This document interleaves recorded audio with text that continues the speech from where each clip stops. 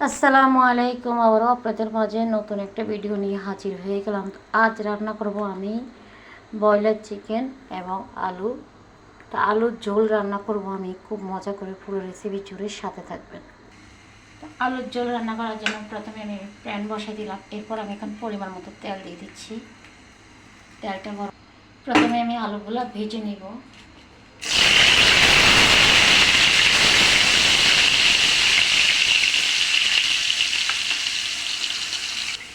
এরপর আমার আলু ভাজিগুলো হয়ে গেছে, এখন আমি এগুলো তুলে ফেলব। পাশের চুলায় আমি পোলাও বসা দিচ্ছি।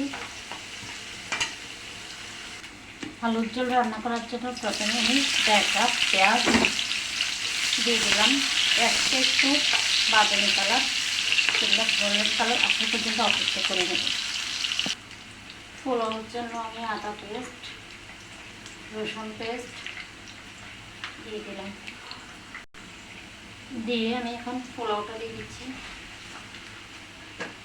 এখন এগুলো নেড়ে ছেড়ে ভেজে নেব। এখান থেকে আমার পেঁয়াজ হয়ে গেছে মোটামুটি। এখন আমি এখানে নামাই ফেলবো। কিছু পেঁয়াজ বেরেস্তা আমি তুলে নিচ্ছি, এটা আমার পরে লাগবে। বাকি এগুলোতে আমি একটু পানি দিচ্ছিলাম। পানি দেওয়ার পরে আমি এখন দিয়ে দিচ্ছি গরম মশলা।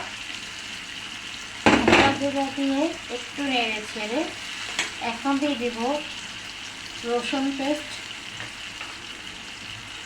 আদা রসুন পেস্ট 2 চামচ দিয়ে দিলাম। আদা পেস্টও আমি 2 চামচ দিয়ে দিব। দিয়ে একটু নেড়ে ছেড়ে খুব ভালো করে মশলাটা আমি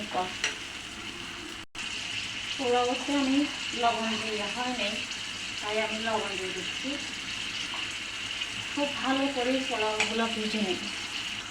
সুন্দর যখন একটা স্যান বের হয়ে যাবে তখন দিয়ে দেবো শুকনো মরিচের গুঁড়া, হলুদের গুঁড়া, স্বাদ মতো লবণ, লাল মরিচের গুঁড়া আর ধনিয়া জিরার গুঁড়া দিয়ে খুব ভালো করে নেড়ে ছেড়ে বেশ কিছুক্ষণ সময় নিয়ে আমি মশলাটা কষাই নেব। পোলাওটা আমার খুব ভালো করে কষানো ভাজানো হয়ে গেছে। এখন আমি দিয়ে দিচ্ছি পানি, পরিমাণ মতো পানি দিয়ে একদম ঢাকনা দিয়ে দিব। পোলাও কোনো আহামরি কিছু না, কারণ সবাই জানে মোটামুটি। তারপর যারা নতুন তাদের জন্য বলছি।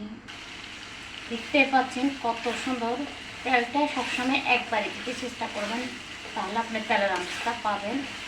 তো মূলত মশলাটা ভালো করে কষাবেন এবং পারফেক্টভাবে মশলাগুলো দেওয়ার চেষ্টা করবেন। আমার টিপসগুলো ফলো করবেন প্লিজ সবাই। এরপর আমি এখানে দিয়ে দিচ্ছি টমেটো সস, মানে খাবারটা। আপনারা চাইলে নর্মাল টমেটোকে ব্লেন্ডার করে কিংবা পাটাতে পিষে দিতে পারবেন। আর এখানে টমেটো খাওয়ার তাতে চিনি থাকে, তাই আমি চিনি দিলাম না। আপনারা চাইলে এখানে স্বাদ মতো চিনি দিবেন, তো খেতে খুব ভালো লাগে, দারুণ হয়। আমি আবারও কিছুক্ষণ কষাই নেব। তো আমি এখানে নারকেল বাটা দিয়ে দিচ্ছি। নারকেল বাটাটা দিলে পোলাওতে খুব ভালো লাগে খেতে, চাইলে দিতে পারেন।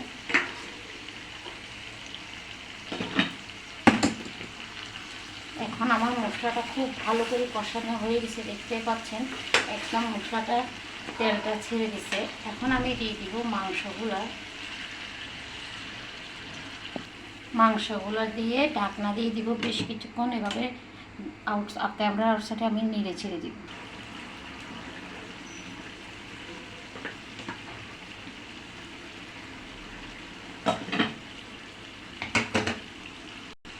এরপর আমি পাতিলটা চেঞ্জ করে নিয়েছি। প্যাকেনটার ভিতরে এখন কড়াইতে দিচ্ছি, কারণ যেহেতু আলুতে ঝোল হবে, এটা আলুর ঝোলের রেসিপি, সেজন্য।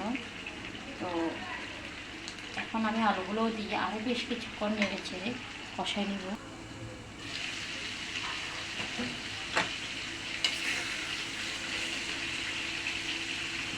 তো আমার কষানো হয়ে গেছে, এখন দিয়ে দিচ্ছি আমি পানি। যে কড়াইতে যে ঝোল ছিল ওগুলোতে একটু মশলা যেন না থাকে সেজন্য দিয়ে দিলাম।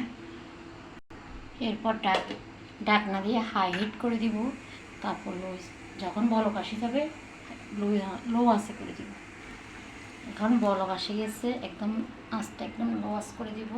দিয়ে দিচ্ছি 3টা কাঁচামরিচ, দিয়ে এখন মিডিয়াম আছে একদম রান্না করে নেব। তো আমার রান্নাটা এখন কমপ্লিট। তো আমি এখন যে পেঁয়াজটা রাখছিলাম সেটা দিয়ে দিচ্ছি। আর একটা কথা বলতে ভুলে গেলাম, এই রান্নাটা আপনারা চাইলে সরষের তেল দিয়েও রান্না করতে পারবেন, খুবই মজা হয়। তো মূলত এক এক ধরনের রান্নার নিয়ম হলো এক এক রান্না এক এক ধরনের হয়, তো এটা বুঝতে হবে সবাই। তো কেমন হয়েছে সবাই কমেন্টের মাধ্যমে অবশ্যই জানাবেন। প্লিজ আমার পুরো ভিডিওটা দেখবেন, আপনার কাছে ভালো লাগবে। তো এখানে ফলো করলাম। তো সব কিছু একটু কেমন হয়েছে অবশ্যই জানাবেন আমার এই কমেন্টের মাধ্যমে। ভিডিওটা লং হলেও দেখতে, আপনি খেতে, এই রান্নাটা বাসায় সবাই একবার ট্রাই করবেন, খুবই মজার। তো এক এক রান্না এক এক ধরনের হয়, এই জিনিসটা সবাই বুঝবেন, রান্না সবাই পারে। তো আজকের মধ্যে বিদায় দিচ্ছি, আল্লাহ হাফেজ, সবাই ভালো থাকবেন, আসসালামু আলাইকুম।